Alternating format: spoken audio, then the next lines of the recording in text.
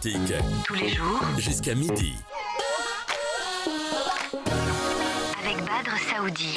Eh bien, chers auditeurs, à mi-chemin de l'existence, certains voient s'effriter leur certitude comme un vieux crépi qui ne tient plus. Ce n'est pas une crise tapageuse, c'est un silence quelquefois qui pèse, une fatigue sans cause. Un matin, on se demande, est-ce que c'est ça ma vie ? On a coché des cases, carrière, famille, responsabilité.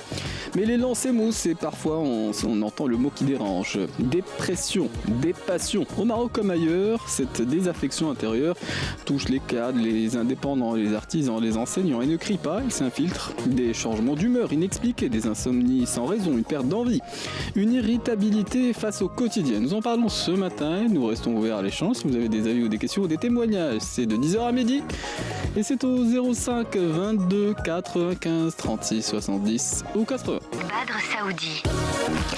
Et nous sommes ce matin avec notre invité Ritel Moubaraki qui est psychologue et nous parlons ce matin d'un mal insidieux, d'un mal dont il est difficile de rendre compte. Tant les raisons qui le provoquent peuvent être variées, différentes, liées au choix de vie, liées au choix du partenaire, liées à une multitude de raisons qui peuvent être, je le disais, extrêmement variées.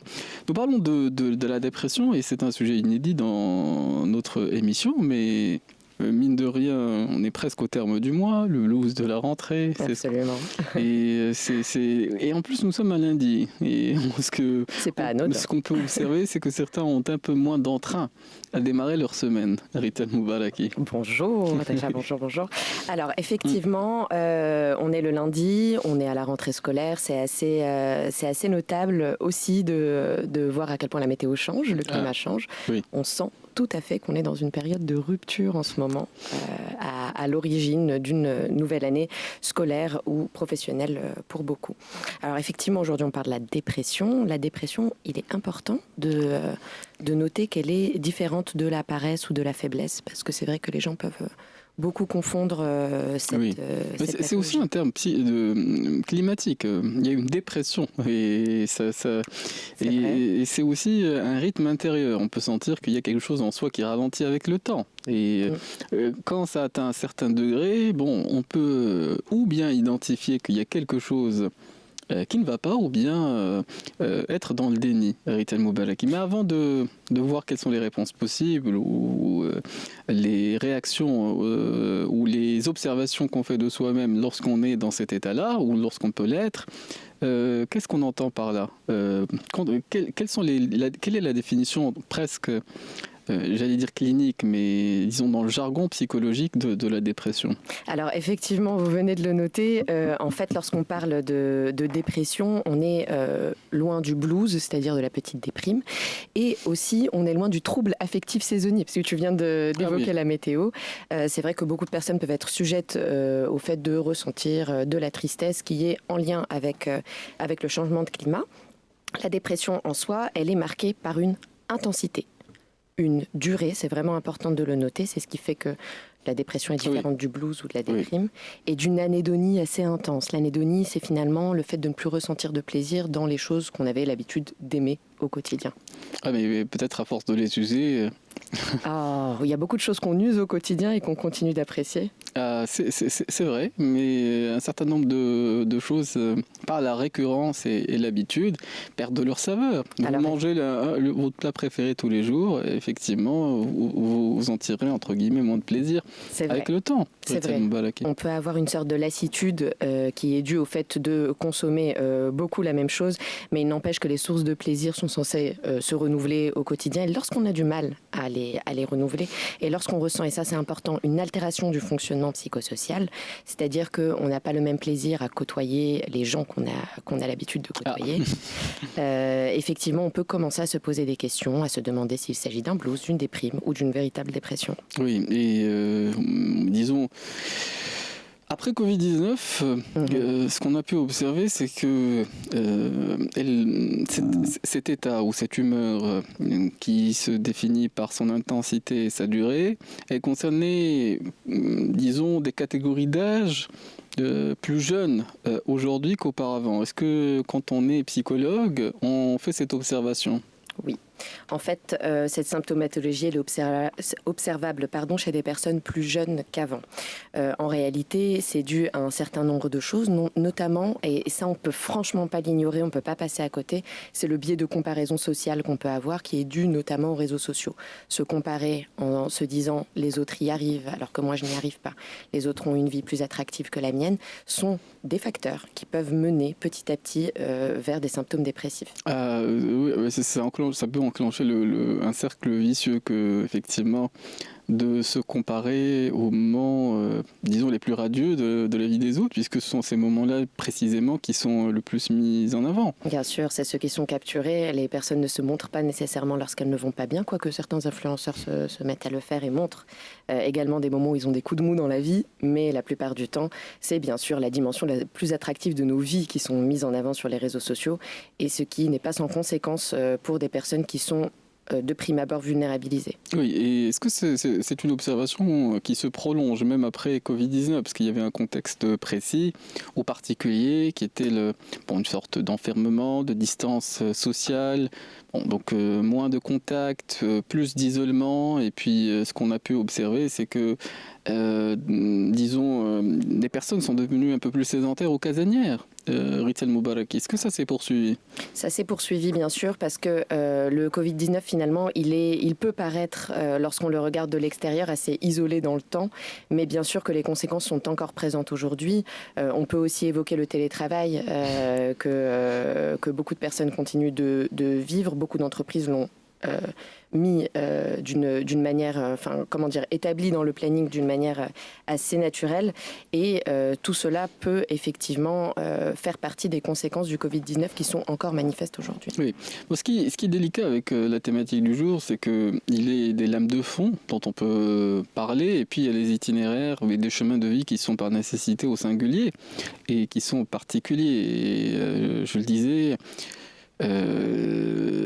quand on a en face de soi une personne, c'est une personne qui n'est pas nécessairement représentative des groupes ou des ensembles auxquels elle appartient par ailleurs, Rital Moubaraki. Donc il y a des raisons singulières et des raisons qu'on retrouve de façon un peu plus commune, et on va essayer de naviguer dans cet entre-deux durant notre émission, mais nous restons ouverts à l'échange. Si vous avez des questions ou des avis à faire entendre, ce sera bien sûr jusqu'à midi, et vous pourrez pour cela simplement nous contacter si vous le souhaitez au 05 22 95 36 70 ou 80. Et nous sommes, semble-t-il, avec une auditrice qui a pris les devants et qui nous a contacté au début d'émission. C'est Madame Loubna qui est avec nous de Fès et auquel on cède volontiers la parole. Bonjour à vous, chère auditrice. Oui, bonjour. Je vous remercie d'abord pour l'émission et pour la qualité des thèmes que vous nous présentez. Merci à vous. Voilà, je voulais savoir... Je ne sais pas s'il pleut, mais on entend un petit bruissement. Je suis sur la route. Ah, d'accord. J'entends bien. Oui. Ok. On vous écoute. Je voulais savoir, parce que la dépression, la déprime, on n'arrive pas souvent à discerner la barrière entre les deux. Oui. Je voulais savoir, c'est que j'y ai droit une fois par an, et j'attribue toujours ça à une extrême fatigue. Comme je suis très active, j'ai pas la bougeotte, j'ai des obligations professionnelles, familiales et tout.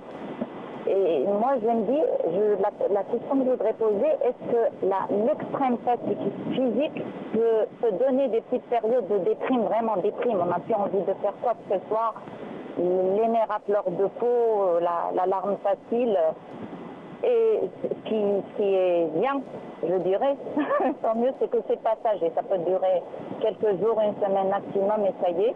Et c'est reparti. Oui, et ce qui est particulier à Fès, ça coïncide toujours avec l'installation des grosses chaleurs. Alors là, ça rajoute à la déprime. Ah oui.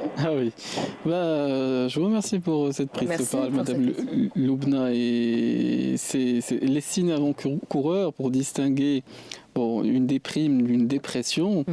Rital Moubaraki. Alors, Loubna en fait nous explique que finalement, déjà merci beaucoup pour votre question. Elle nous explique que donc il y a une dépression qui se manifeste notamment à certaines périodes de l'année et qui est passagère. Il est quand même important de noter que Loubna nous explique que c'est aussi dû à une fatigue physique. Oui. Voilà. Et en fait, on comprend qu'il y a un contexte assez particulier qui est planté. Ce qu'il est important de savoir donc dans la différence entre la déprime et la dépression, c'est que la dépression, elle s'installe dans le temps, elle est particulièrement intense et si on peut utiliser des images pour pouvoir expliquer la grande différence entre le blues, la déprime et la dépression, on peut s'imaginer qu'on est donc dans une voiture lorsqu'on est dans une situation de déprime et que cette voiture, lorsqu'on monte dedans, le moteur tousse un peu. Bon. En essayant de faire chauffer la machine, finalement, la voiture finit par fonctionner normalement. Ça, c'est une déprime. Concernant ce qu'est une dépression, l'idée c'est de s'imaginer qu'on est dans cette voiture, que le carburant est au top, que le moteur aussi, mais que la machine n'arrive tout de même pas à avancer. C'est-à-dire qu'on a beaucoup moins d'identification des facteurs externes qui provoquent cette dépression. Et elle est assez généralisée. Et dans ce cas-là, dans le cas de la dépression, il ne s'agira pas de faire chauffer le moteur ni d'ajouter du carburant, mais plutôt de faire une réparation intense du véhicule. Donc, dans le cas précis, c'est quelque chose qui revient tout le temps. C'est quelque chose peut-être de saisonnier, mais qui est lié au rythme de vie. Comment l'expliquer ? Alors, il faut garder la survenance de la déprime dans ce cas que nous a présenté Madame Loubna, Rita Moubaraki. Alors, il faut comprendre que c'est dû à des facteurs différents et qu'il est important, même en matière de dépression, de distinguer qu'il existe différents types de dépression.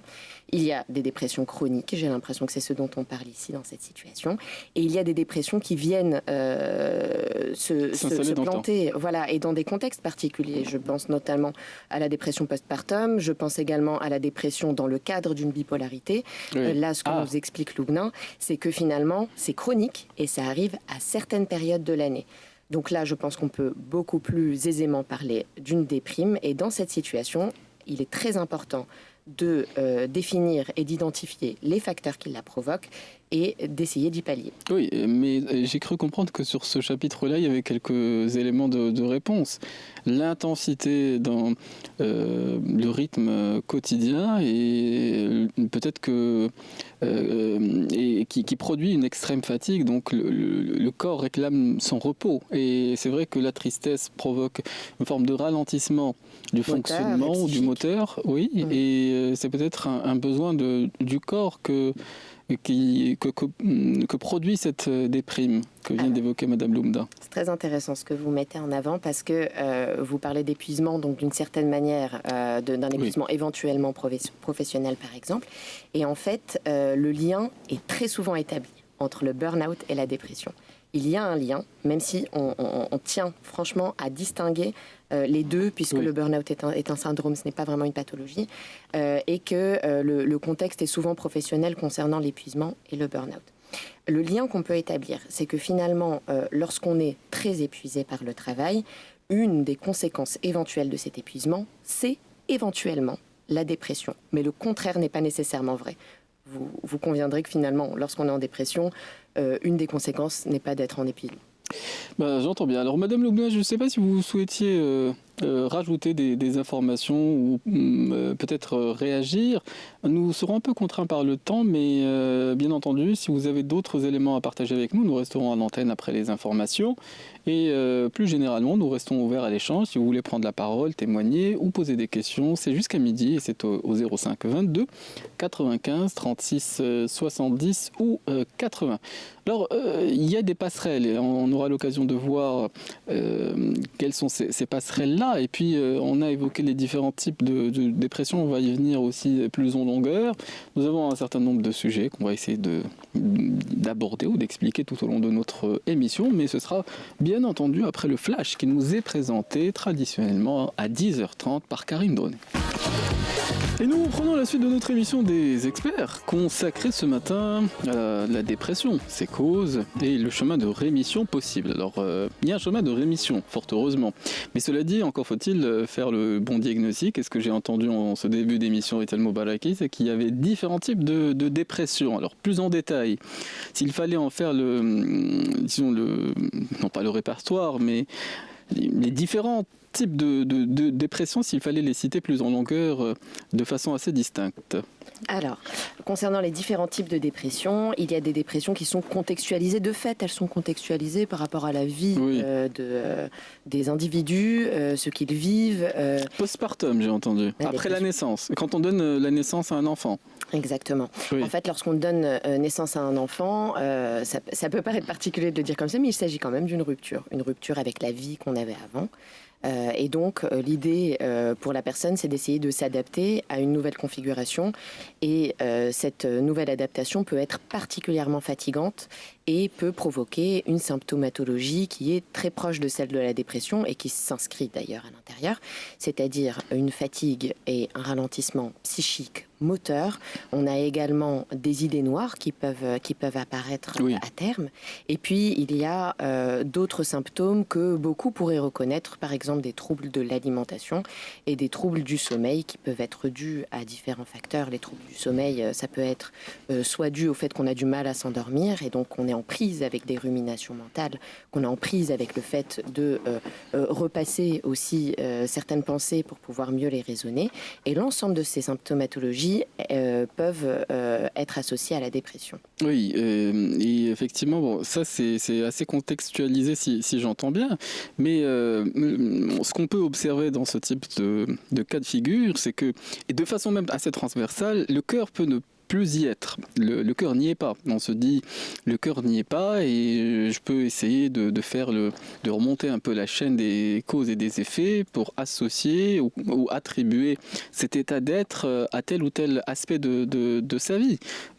Pour autant, est-ce que on se dit, et le plus souvent dans la dépression, si le cœur n'y est pas, même le chemin de rémission, on n'a pas nécessairement envie de s'en départir. Ou plutôt de se départir de cet état-là.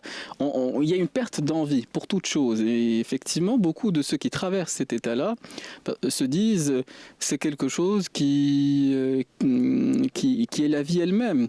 Le cycle de la vie, c'est que quand on est enfant, on est enthousiaste. Et puis petit à petit, à mesure qu'on avance dans le temps, on peut perdre, entre guillemets, le goût des choses. Et il y a une atténuation, un ralentissement du rythme intérieur. Rital Moubaraki. C'est vrai, la vie est faite de désillusions. Ah oui, c'est même le titre d'ouvrage, donc oui. Plus on avance, illusions perdues. Oui. Plus on avance, plus on peut être désillusionné dans la vie. Ça, c'est assez juste. Après, par rapport au fait qu'on ressent que les patients n'ont pas nécessairement envie de s'en sortir, effectivement envie de s'en affranchir, finalement, c'est aussi dû au fait qu'ils n'identifient pas nécessairement ce qui leur arrive. Et c'est là que l'entourage a une importance primordiale en matière de dépression.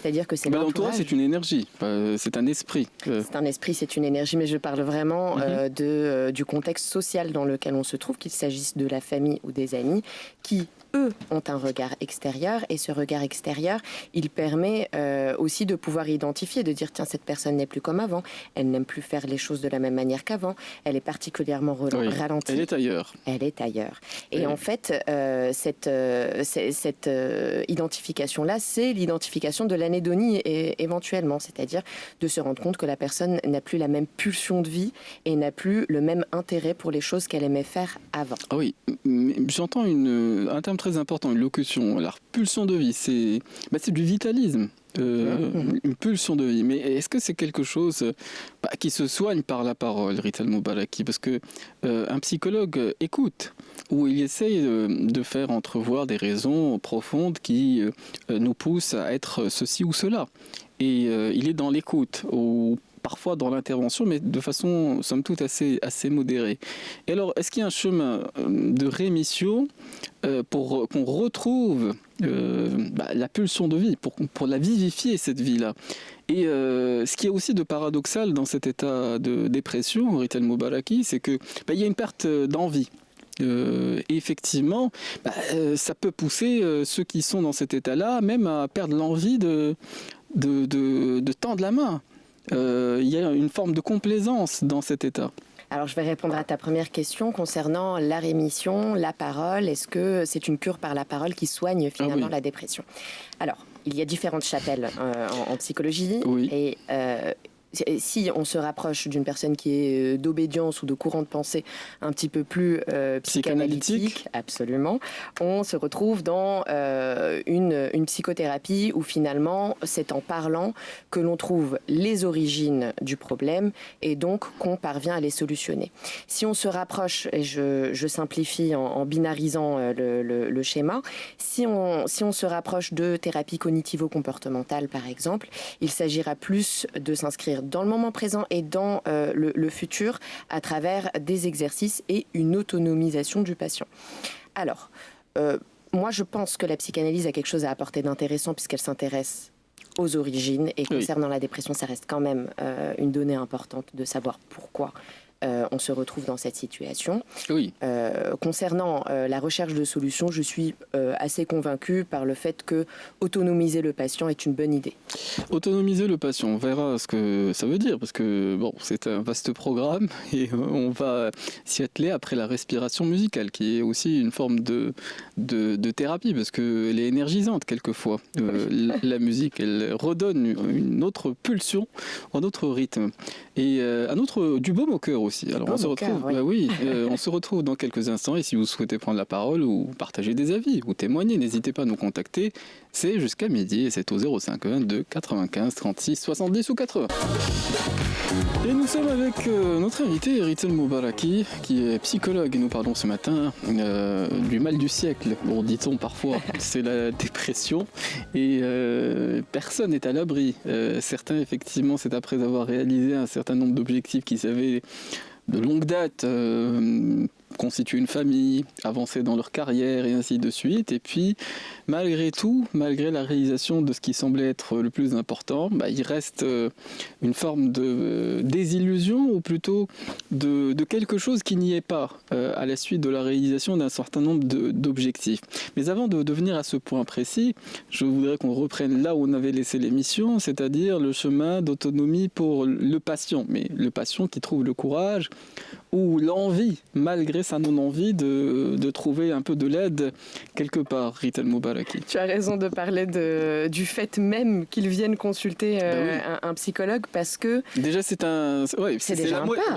la moitié du chemin, parce que les personnes dépressives, j'en ai connu, elles n'avaient envie de rien, pas même de bouger, ni même de sortir de leur lit, ni même de faire leurs courses. Donc, mais justement, c'est quelque chose des fois d'extrême. Oui, et quand je pense au terrain clinique, finalement, lorsqu'il s'agit de dépression, les patients qui arrivent sont souvent accompagnés par leurs proches, ou en tout cas ce sont les proches qui lancent les signaux d'alerte.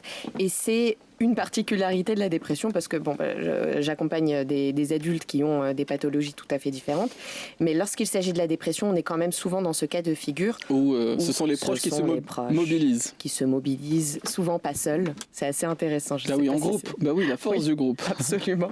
Je ne sais pas si c'est révélateur de la profondeur et de l'intensité de cette dépression, pas toujours, mais en tout cas, ça en dit long sur l'inquiétude des proches, et elle a tout à fait sa place dans l'accompagnement de la personne qui souffre de dépression.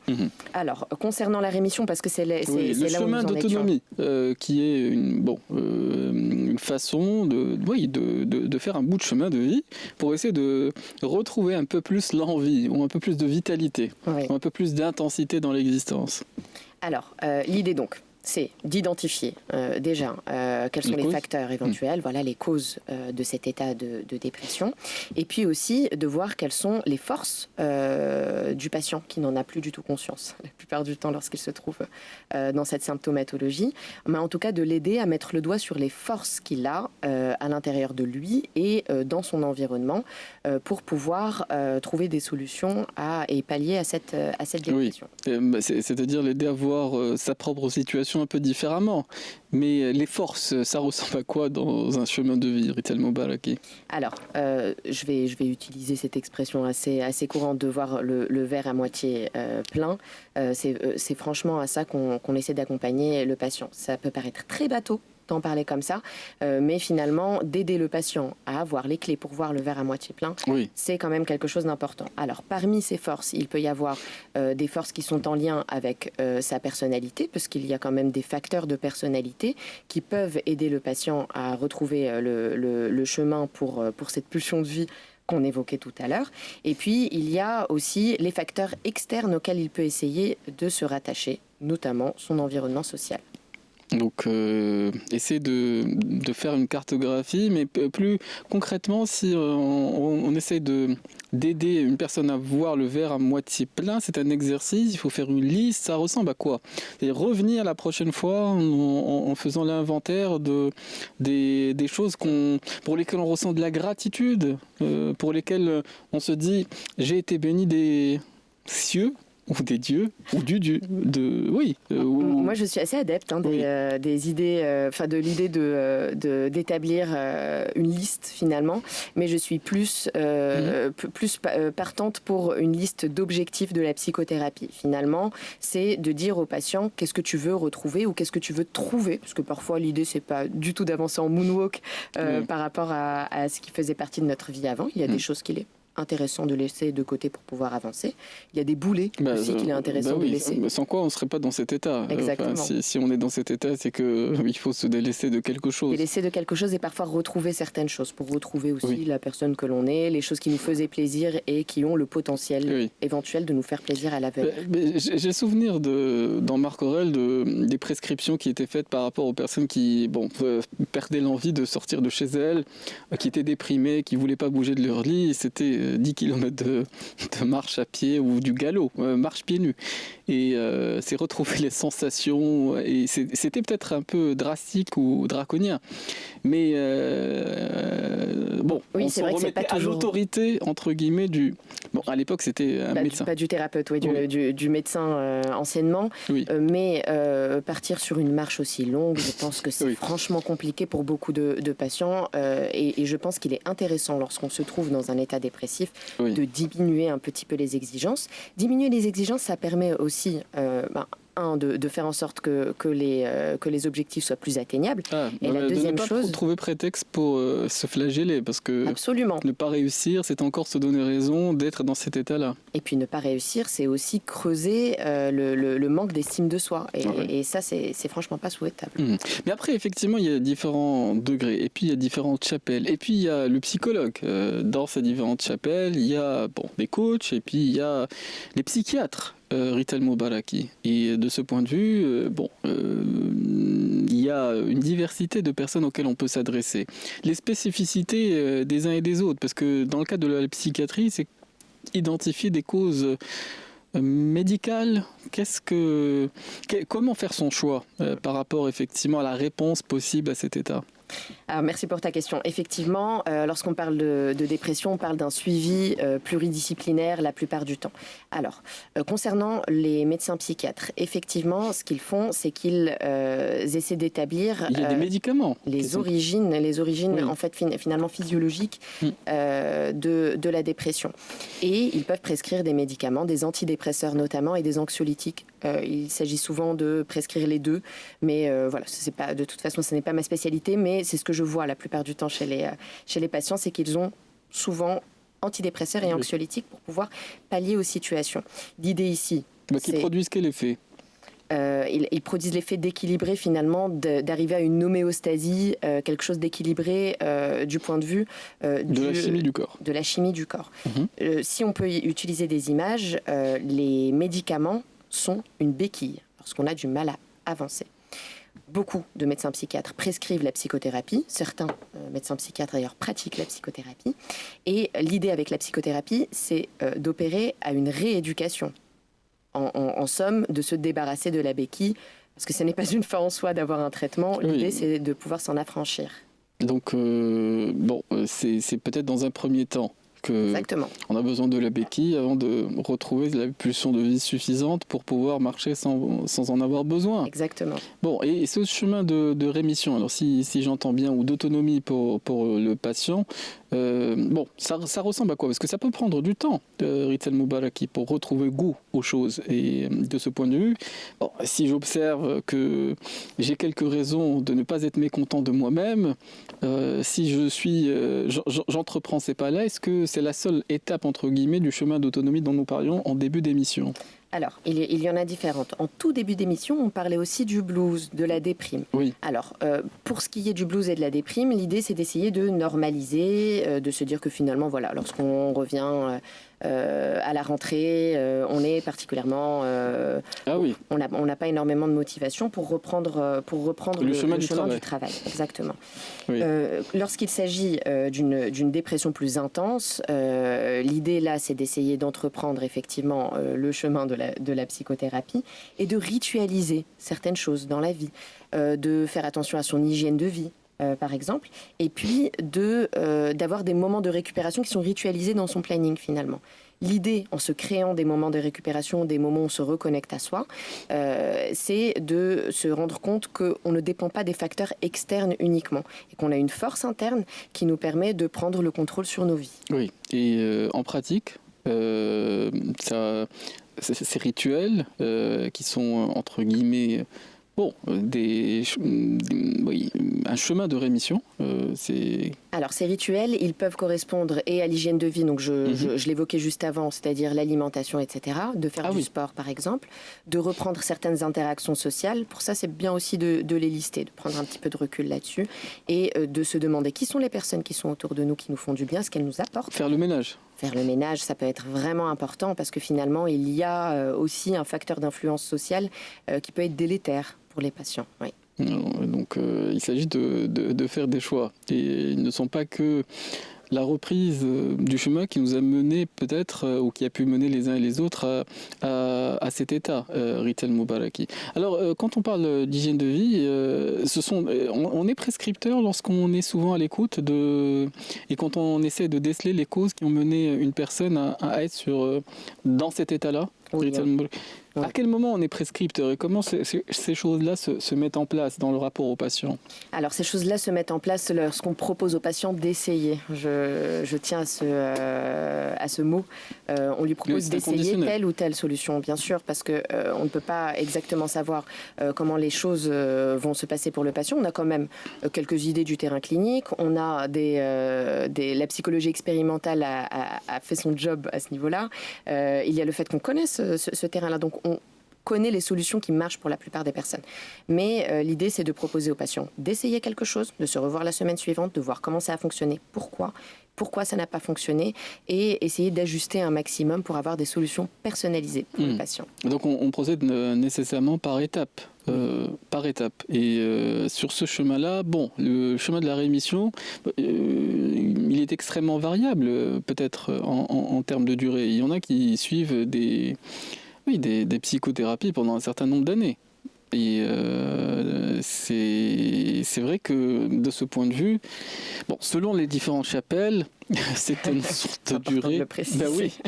Et c'est important aussi de savoir quelles sont les personnes qu'on va choisir pour accompagner la personne qu'on identifie être dans cet état-là, pour, entre guillemets, retrouver un peu plus d'intensité dans l'existence. Et il y a de grandes différences dans les façons de procéder, selon effectivement l'identité de celui qui va accompagner la personne dans ce mal-être. Et l'identité de celui qui est accompagné, parce que selon les difficultés, on peut privilégier tel ou tel accompagnement. Et après, moi, je suis de l'avis qu'il est intéressant, lorsqu'on reçoit le patient, de penser à la complémentarité des pratiques et finalement de voir, est-ce qu'il, selon nous, comme ça, il aurait besoin d'un suivi psychiatrique. Souvent, il faut quand même le proposer pour avoir un regard médical sur la situation.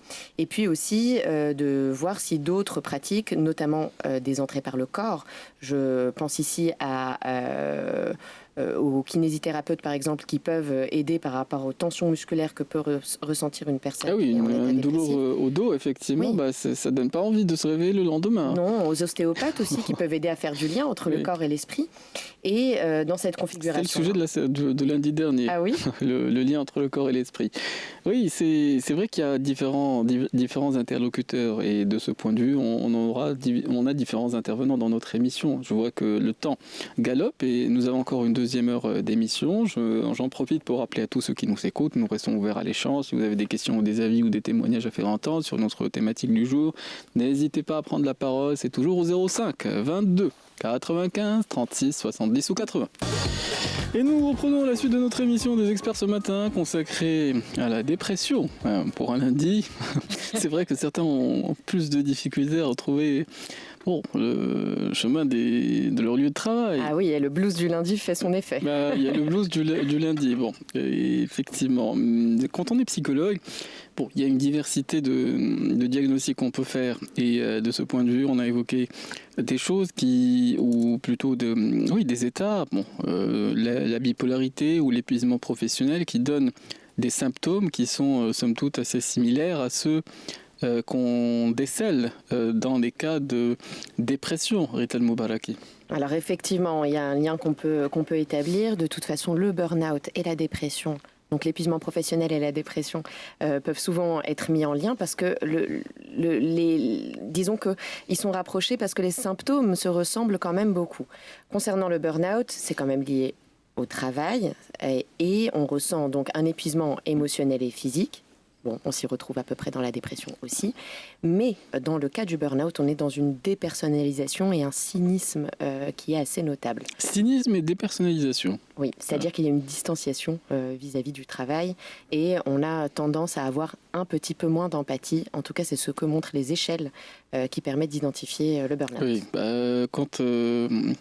quand on est dans un état dépressif, je pense qu'on manque d'empathie pour soi-même. C'est juste. Et oui, on est même parfois tortionnaire, on se complaît, il y a une complaisance et c'est souvent l'indicateur qu'on évoquait tout à l'heure, à l'initiative des proches que la personne essaye d'entreprendre le chemin de rémission. Isolée, la personne est en perte d'envie et ça peut aller à des états un peu plus graves, Rita Moubaraki. Bien sûr, avec une tristesse qui est persistante, une perte de plaisir qui est souvent notable par l'entourage, tu viens de le préciser, et puis des troubles du sommeil et de l'appétit qui, là, je suis d'accord, peuvent aussi se retrouver dans la symptomatologie du burn-out et de l'épuisement professionnel, mais qui sont notables et associés à d'autres choses, notamment à la culpabilité et aux idées noires. La culpabilité et les idées noires. Alors, la culpabilité qui découle de quoi Alors, la culpabilité de ne pas être assez, on parlait de la comparaison sociale tout à l'heure, de ne pas être assez, de ne pas arriver à s'en sortir suffisamment bien, ou parfois d'être un poids pour son entourage. Oui, et selon que l'on soit dans l'une ou l'autre des catégories, dans la bipolarité ou dans l'épuisement professionnel ou dans la dépression plus spécifiquement, effectivement, le choix de l'interlocuteur ou de celui qui va accompagner la personne sur le chemin de rémission ou de rétablissement, est différent. Il est différent et il est soumis finalement aux essais du patient ou en tout cas de l'entourage du patient. C'est-à-dire que souvent, quand même, en matière de dépression, ça, il faut quand même le noter, les patients vont avoir tendance à avoir vu plusieurs praticiens avant d'avoir trouvé la personne avec laquelle ils se sentent à l'aise et surtout la pratique avec laquelle ils se sentent à l'aise. La pratique avec laquelle ils se sentent à l'aise. Mais quand on a en face de soi une personne qui est là pour son entourage, parce qu'on se doit quelque part à ceux qui tiennent le plus à soi et on se rend compte quelquefois qu'on tient plus à nous que nous-mêmes, nous tenons à nous-mêmes. Et c'est-à-dire que on se rend compte qu'on compte davantage pour des personnes les plus proches que l'importance qu'on donne à sa propre existence quand on est dans un état dépressif, Rita C'est Moubaraki. vrai, on se rend compte qu'on est important pour les personnes qui sont autour de nous, Donc quand on est dans un état dépressif, cette conscience du fait qu'on est important pour les autres peut être très empreinte de culpabilité finalement. Oui. Et c'est-à-dire qu'on se dit je suis un poids pour les autres, je suis un boulet pour les autres, je n'arrive pas à m'en sortir. Et tout ça, ce sont des choses qu'on retrouve énormément dans le discours des personnes qui sont en état dépressif. Oui, et la difficulté justement, c'est le discours, parce qu'une personne qui est dans cet état-là, comment établir le dialogue et comment s'établit le dialogue dans le cas d'une consultation lorsque un patient est dans cet état-là? Parce qu'il y a toujours une question de feeling, d'interlocuteur, de tact et oui, oui, peut-être d'énergie quand on a en face de soi quelqu'un qui est sur des fréquences peut-être un peu plus basses. Oui, alors le feeling il s'établit un petit peu plus difficilement avec une personne dépressive puisque la personne ne sait pas vraiment par où commencer. Le gouffre est souvent assez avancé. Il faut dire que les personnes n'arrivent pas en consultation alors qu'elles ne vont pas très bien, qu'elles ont des nuits pas tip-top. C'est pas vraiment comme ça que ça se passe. La personne a souvent traîné son état dépressif depuis un moment et donc arrive avec une difficulté à identifier ce qu'il y a de compliqué dans sa vie au quotidien. Et le but du thérapeute, c'est vraiment d'aider, voire même de proposer en posant des questions, en demandant comment la personne dort, comment la personne s'alimente, comment vont ses interactions sociales et comment va sa dynamique professionnelle. Se réveille le matin ou elle entreprend ses lundis. Bon, le lundi, c'est un jour particulier. Très particulier. Il est 11h12. On va profiter de la respiration musicale et on se retrouve pour la suite de notre émission. Je rappelle simplement à ceux qui nous écoutent que nous restons ouverts à l'échange et vous pouvez pour cela, il vous suffit en tout cas de nous contacter au 05 22 95 36 70 ou 80. Et nous reprenons la suite de notre émission des experts consacrée ce matin à la dépression.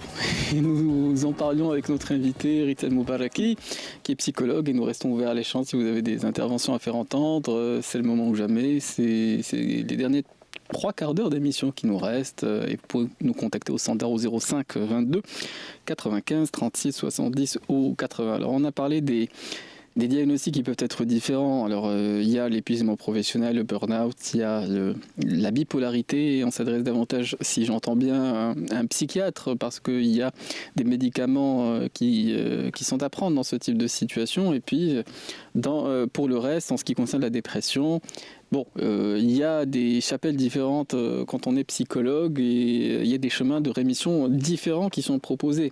Alors, des réponses sont par étapes, si j'entends bien. Pour autant, il y a souvent, dans les grands nombres, des récurrences. Et effectivement, il y a ceux qui... On parle de crise de la quarantaine, de crise de la trentaine et des moments de remise en question.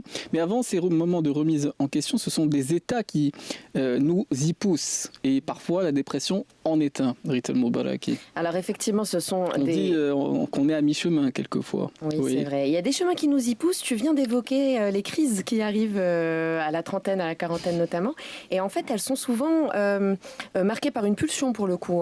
C'est-à-dire avec des prises de décision assez différentes qui font que aussi l'entourage ne nous reconnaît pas nécessairement par rapport à ce qu'on avait l'habitude de faire et puis à 40 ans d'un coup on prend d'autres décisions. Et le mot culpabilité fait écho parce que ceux qui sentent qu'ils ont réussi ceci ou cela, qu'ils ont fait ce qu'on attendait d'eux, qu'ils ont fondé une famille, qu'ils ont réussi d'une certaine façon professionnellement et pourtant il y a quelque chose qui n'y est pas.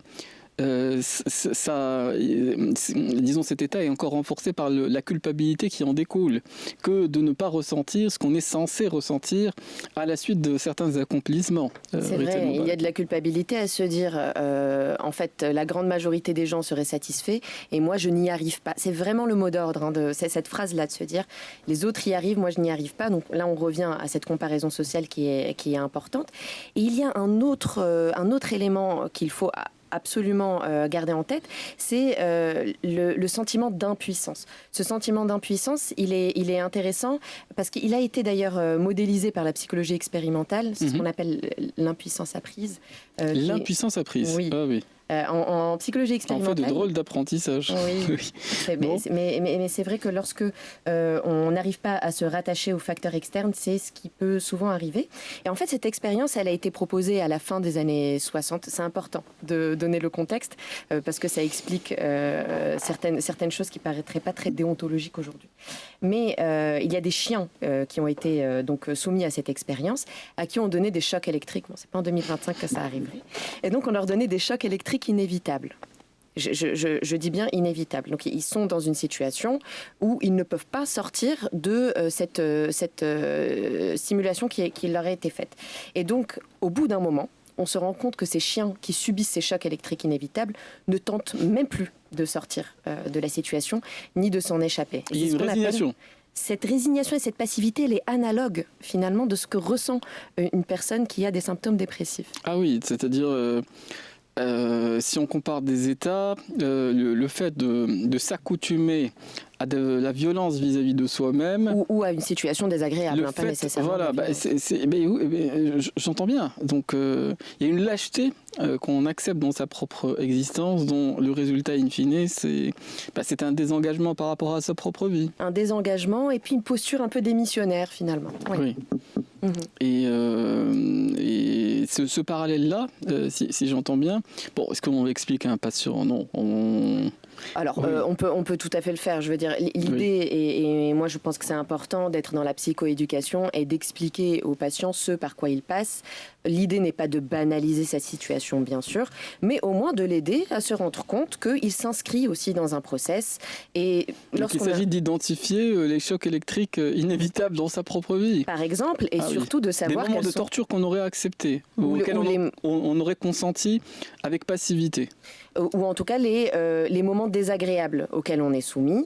Et l'idée ici, ce n'est pas du tout de souligner la dimension presque enfermante du patient, mais surtout d'identifier donc les forces, les choses auxquelles il peut se rattacher pour ne pas être soumis à cette résignation et à cette passivité involontaire. J'entends bien.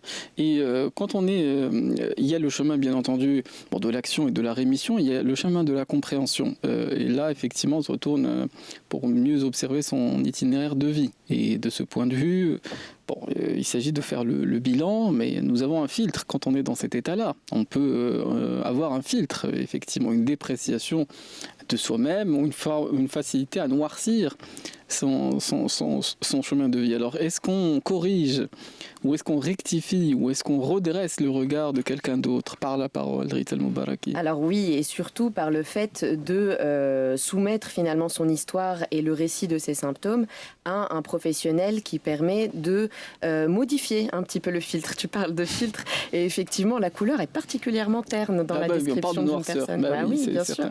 Bien sûr. Et puis c'est chargé de brouillard. Je veux utiliser cette analogie-là parce que le brouillard, il ne permet pas de discerner d'une manière spécifique et d'une manière précise les limites des formes. Et en fait, c'est souvent ce qui arrive pour une personne en état dépressif. Et on a évoqué l'importance de l'entourage, et souvent l'entourage est décisif dans ces circonstances. On verra aussi quelles sont les façons de faire, parce qu'il y a parfois le refus de voir le malheur ou la dévitalisation d'une personne pour laquelle nous avons de la considération, de l'affection, de l'intérêt et ainsi de suite. Alors il y a différents types de réponses, et des réponses qui peuvent sensiblement aggraver la situation.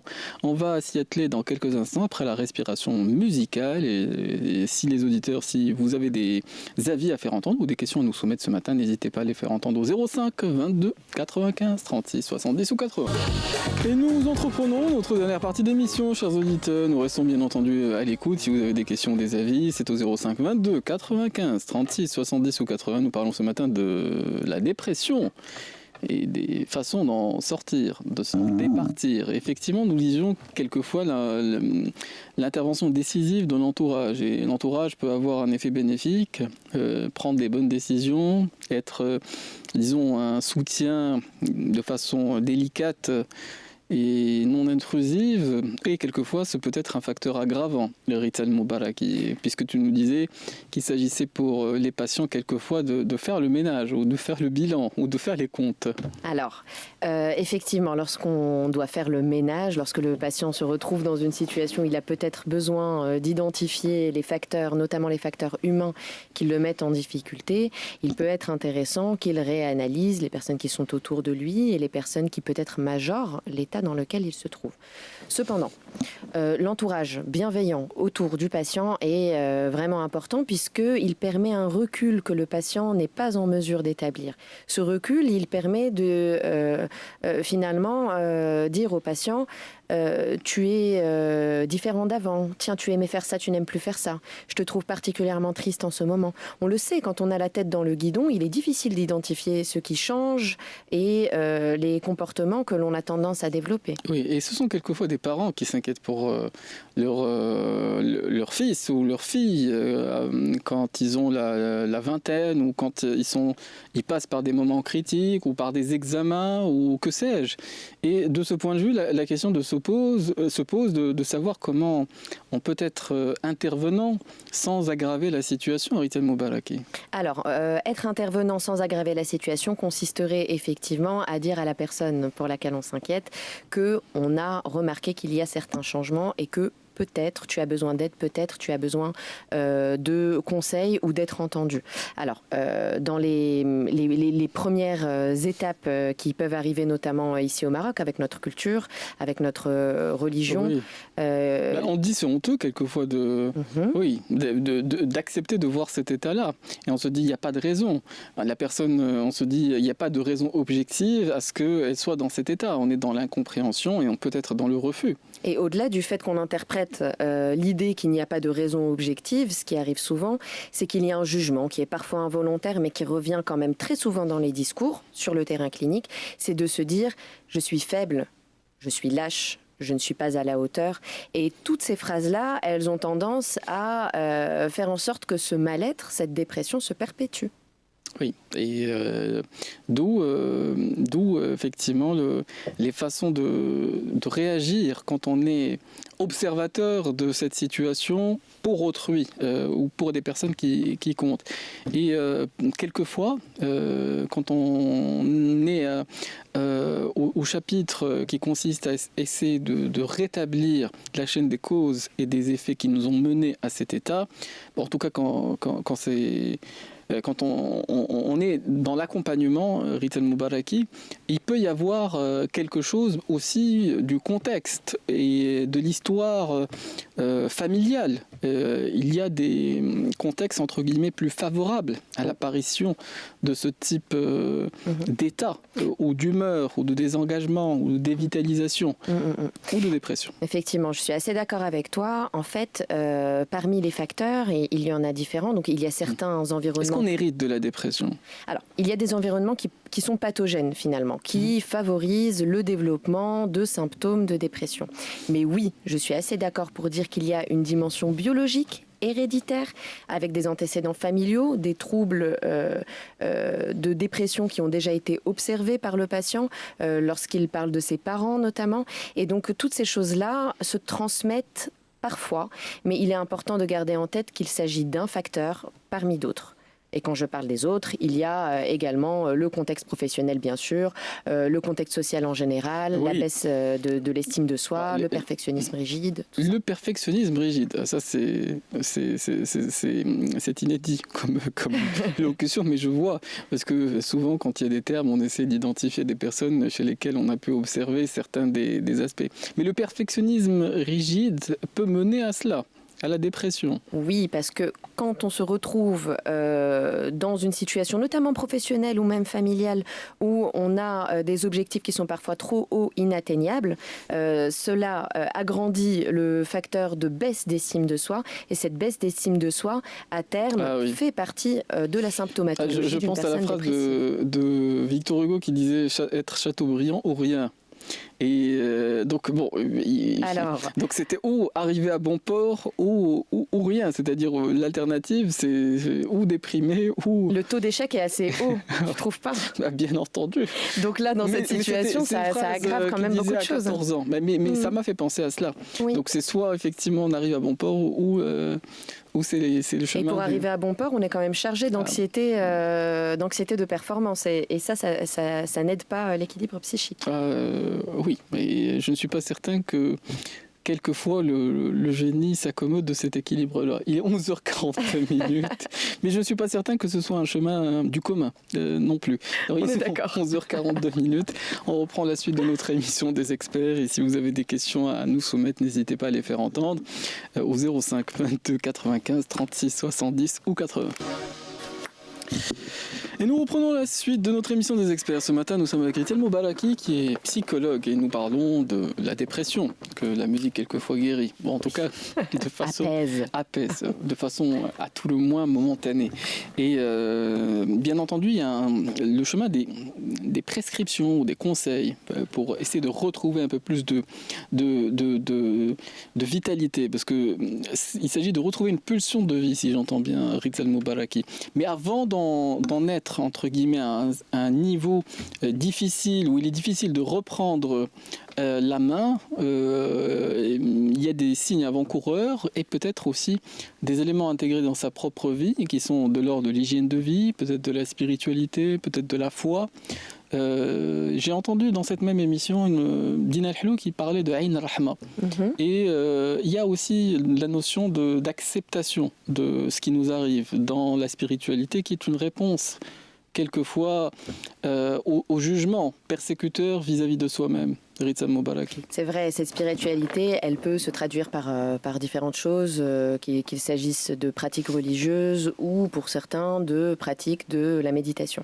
Et effectivement, ça permet, l'acceptation, l'identification. En tout cas, l'identification est favorisée par le fait d'accepter son état. Ça, c'est assez évident. Et puis, il y a d'autres choses. Tu en parlais juste avant, l'hygiène de vie.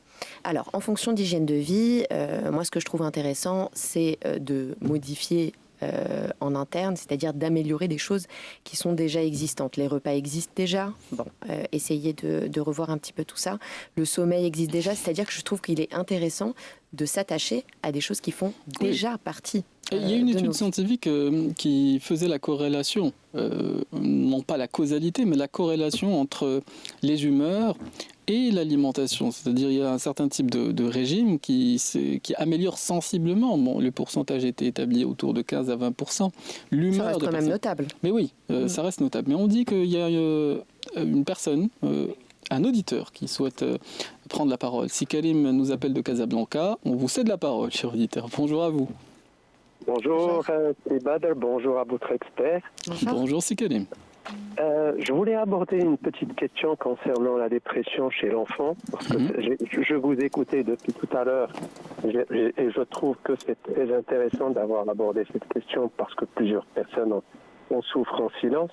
Oui. Et en fait, une question concernant l'enfant, est-ce que vous pouvez nous communiquer, nous dire quels sont les signes avant-coureurs de cette dépression lorsqu'on constate chez l'enfant un certain nombre de choses qu'il n'avait pas auparavant, notamment un certain repli sur soi, une baisse au niveau de ses notes à l'école et surtout un isolement. Des fois, les parents, si Karim, voient leurs enfants se retirer du monde et se retirer du monde des fois dans leur chambre. Et effectivement, il y a un grand désarroi des parents. Absolument. Et puis, un autre signe, c'est que, en fait, c'est un autre signe, c'est pas un signe, mais en fait, l'enfant en question, c'est un enfant qui est peut-être en train de vivre une adolescence, parce que l'enfant a 13 ans, et comment agir face à cette situation? Est-ce qu'il y a lieu de s'adresser à un pédopsychiatre ou qu'est-ce que vous nous conseillez? Très bien, merci pour votre question. Alors effectivement, vous le décrivez très très bien, c'est-à-dire qu'il y a une irritabilité, une agressivité inhabituelle qui peut être observée, mais aussi, et vous venez de le dire, des difficultés scolaires soudaines, c'est-à-dire en tout cas le fait d'identifier quelque chose qui ressemble de très près à un échec scolaire. Ce que vous décrivez semble rentrer dans Alors que c'était un enfant brillant. Donc c'est-à-dire que là, il y a un décalage manifeste entre un état et un autre. Il y a quelque chose qui entre l'année dernière et cette année, effectivement, il y a un grand décalage. Est-ce que vous voyez des troubles du sommeil et notamment des terreurs nocturnes? Ça, je ne sais pas. D'accord. En tout cas, il est très très important de souligner toutes ces choses-là, les choses qui ont changé. Et vous le décrivez aussi. Il en est parfaitement conscient parce que quand on lui a posé la question pour savoir s'il sent qu'il est en train de changer et tout, il répond par l'affirmative. Et est-ce qu'il reconnaît ces changements? Et est-ce que vous trouvez que c'est là depuis longtemps? Non, pas depuis longtemps, parce que ces changements sont récents. Donc, on a commencé à constater ça il y a 6 mois, quoi.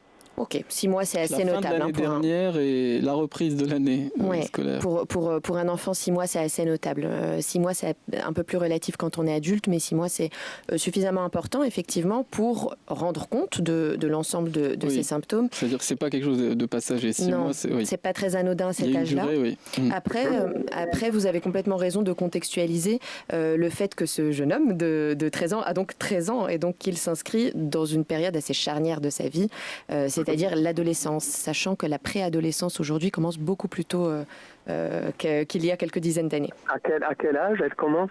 Alors, la préadolescence, selon certains auteurs, c'est à partir de 9 ans, parfois. Ah, carrément. Ouais. Ah, carrément. C'est-à-dire que la lecture a complètement changé depuis quelques années. Oui, quand même. Donc, 13 ans, moi, je trouve que c'est assez notable et vous avez raison de spécifier son âge et cette période charnière. Alors, concernant ce qu'il est important de faire, parce que c'était votre question, je pense que le fait d'aller consulter est important. Vous me direz, les conseils des adultes autour de lui peuvent être très justes, mais je ne suis pas tout à fait certaine qu'il soit en mesure de les entendre, parce que les adultes autour de lui constituent d'une manière indirecte des figures d'autorité. Que ça soit la maman, que ça soit... Absolument. Oui. L'implication aussi fait que... Bien sûr. Oui, la réponse sera moins audible. Oui, et puis l'objectivité des adultes autour de lui n'y sera de toute évidence pas. C'est normal, bien sûr. Donc, consulter un pédopsychiatre, un psychanalyste, un psychologue. Il y a beaucoup de... Oui. Il y a une question sur l'intervenant, parce que le pédopsychiatre, entre guillemets, c'est une réponse médicale. Pas toujours. Tous les psychiatres ne prescrivent pas nécessairement, mais oui, c'est une éventualité. Alors, concernant le suivi, je pense qu'il est important d'essayer de voir différents profils, d'essayer de voir aussi autour de vous quelles sont les personnes qui vous sont conseillées dans votre ville, et aussi de voir si, selon vous, cet adolescent aurait besoin d'une médiation. Certains psychologues propose des médiations, notamment par des biais artistiques qui pourraient permettre à l'enfant... Excusez-moi, par qui? Ah oui, c'est-à-dire des biais artistiques, c'est-à-dire une façon de s'exprimer qui ne soit pas nécessairement le langage. Pas nécessairement par la parole. Oui. C'est-à-dire qu'il va, par exemple, si l'enfant a un attrait particulier pour quelque chose d'artistique, lui permettre de passer par ces médias-là pour pouvoir s'exprimer. Le biais par le corps. Est-ce que le fait de lui avoir interdit l'usage du téléphone peut y être pour quelque chose? Oui. C'est probable. En fait, j'imagine que ça partait d'une très très bonne intention de la part des adultes qui lui ont privé cet accès. Mais oui, je pense que face aux médias et au téléphone, l'idée c'est d'avoir un fonctionnement et une restriction assez mesurée. Vous soulignez quelque chose de vraiment important. Oui, et parfois aussi, il y a quelque chose dans la vie, parce que quand on a une vie dans la scolarité, ce sont des heures, c'est un entourage, ce sont des amis, ce sont des trahisons, ce sont des bouleversements émotionnels, et peut-être aussi, dans l'itinéraire de cette personne, y a-t-il à restituer cette histoire et lui donner la place pour s'exprimer, parce que peut-être que la cause de cet état trouve ses réponses aussi à ce niveau-là. Et puis trouve ses réponses dans quelque chose qui est peut-être tu aux parents, et c'est tout à fait entendable. C'est-à-dire que... la honte fait qu'on peut taire un certain nombre de choses. Notamment l'origine des symptômes. Bon, tout à fait. Mais donc consulter un pédopsychiatre est conseillé. Oui, je pense que c'est la meilleure idée à avoir, vraiment, d'aller voir un pédopsychiatre. Puis vous savez peut-être que la situation n'est pas si grave, ça vous permettra au moins de pouvoir vous rassurer vis-à-vis de cette situation. Non, mais absolument. Et c'est très important parce que 6 mois... 6 mois, tout est intense et la notion du temps est différente selon que... Oui, quand on a 13 ans, effectivement, 6 mois peut paraître une éternité. Bien sûr. Oui, tout à fait. Bon courage, Karim. Merci beaucoup. Bon courage, Karim. Oui. Merci pour cette émission-là. C'est nous qui vous remercions, Karim. D'ailleurs, on arrive au terme de notre émission. Alors, sur les réponses réponse entre guillemets relative à l'hygiène de vie. Bon, quand on est un enfant, on est dans un cadre et la responsabilité incombe aux parents parce que c'est la définition de... Oui, c'est d'être dépendant et pas autonome. Dépendant et pas autonome. Quand on a la crise de la quarantaine, de la trentaine, ou qu'on sent une sorte de dévitalisation, c'est encore autre chose. C'est encore autre chose. Et sur l'hygiène de vie ou la méditation, la spiritualité, on n'a pas été exhaustif. On aura un dernier mot de conclusion peut-être sur ces réponses-là. Alors, sur l'hygiène de vie, l'idée, et puis on vient de l'évoquer, c'est peut-être de soumettre tout ceci au regard d'un professionnel pour pouvoir voir quelles sont les choses, les leviers que nous avons devant nous pour pouvoir avancer face à cette situation de dépression. Et nous, on avance dans le respect des horaires. C'est le moment de rendre l'antenne en ce qui nous concerne. Et c'est le moment d'écouter Kamal Rsal qui va reprendre la suite, qui nous présente un journal d'actualité en langue arabe. Et la tranche suivante sera animée par Ahmed Allo. Les experts sont sur Atlantique jusqu'à midi.